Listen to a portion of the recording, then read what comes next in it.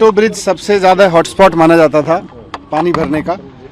तो पिछले साल सरकार ने उस पर काम किया, पिछले 2 साल से।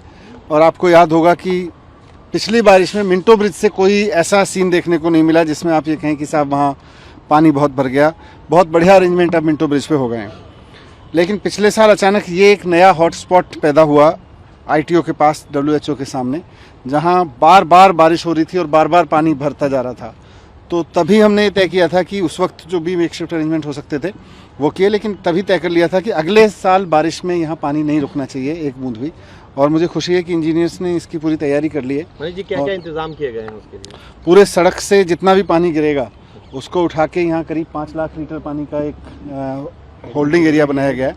और इस पानी को सिर्फ यहाँ ही होल्ड नहीं करना है, इसमें से जैसे ही 2 लाख लीटर पानी यहाँ पे आएगा, इसको उठा के तुरंत यहाँ से नीचे हमने एक अंडरग्राउंड पाइपलाइन डाली है जो सीधे उसको यमुना में डाल देगी।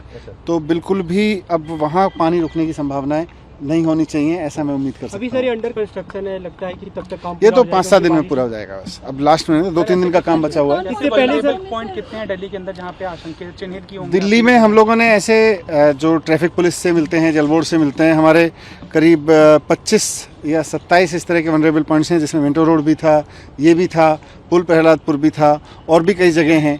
वहाँ पे हमने सब जगह काम किया है। कुछ में हमने इस बार ये सुनिश्चित किया है कि जैसे मिंटो रोड को पिछले बार 0 ट्रबल का पॉइंट बना दिया था, इस बार बहुत सारे पॉइंट्स ऐसे हो जाएंगे, कुछ अभी और रहेंगे तो फिर आगे से सड़क के इस तरफ भी और उस तरफ भी, दोनों तरफ पानी भरता है। और उस तरफ जो भरता है पानी, उसमें तो कहा जाए कि बहुत सारे वाहन डूबने झुग्गियां बह गई थी बहुत सारी, जो हमने नहीं, जो झुग्गियां बहने का हुआ था वो नाले के किनारे हुआ था, वो सड़क के किनारे वाला नहीं था। लेकिन सड़क के नजारा दिल्ली में, दिल्ली DTC की बस डूबी हुई नहीं दिखेगी।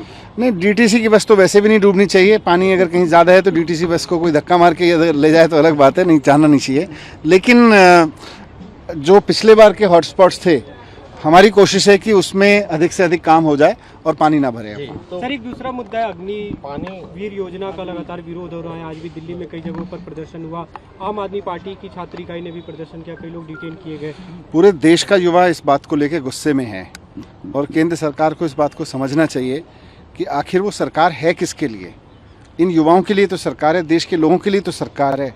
देश के लोग अगर नहीं चाह रहे हैं किसी योजना को, तो ये ऐसा क्यों होता है कि नहीं बस हमारे तो मन में ये योजना आ गई, हम तो इसकी इम्प्लीमेंट करेंगे। जब युवा खुल के कह रहे हैं साहब हमको इससे खतरा है, हमारे कैरियर को, हमारे भविष्य को इससे खतरा है। देश के बहुत सारे एक्सपर्ट कह रहे हैं कि सेना की सुरक्षा का जो हमारा एक कवच है उसको खतरा है इससे। तो फिर क्यों सरकार ऐसा खिलवाड़ कर रही है, युवाओं के भविष्य के साथ खिलवाड़ कर रही है, सेना के अभेद्य दुर्ग को, हमारी सेना की मजबूती को कमजोर कर रही है। दोनों तरफ से ये गड़बड़ कर रही है। इस साल के लिए 2 साल एज में रिलैक्सेशन दिया गया है, कहा जा रहा है। नहीं, पर योजना तो वही है ना जिसका युवा विरोध कर रहे हैं। लेकिन सर जगह जगह पे रेल जलाई जा रही है सार्वजनिक। नहीं, मैं इस बात से बिल्कुल सहमत नहीं हूँ।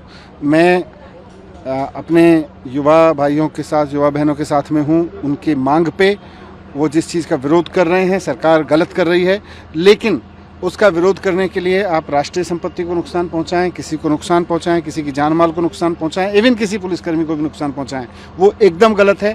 किसी भी तरह की हमारा देश वो देश है जिसने आज़ादी की लड़ाई भी अहिंसा के रास्ते पे चल के लड़ी थी। गांधी जी का देश है।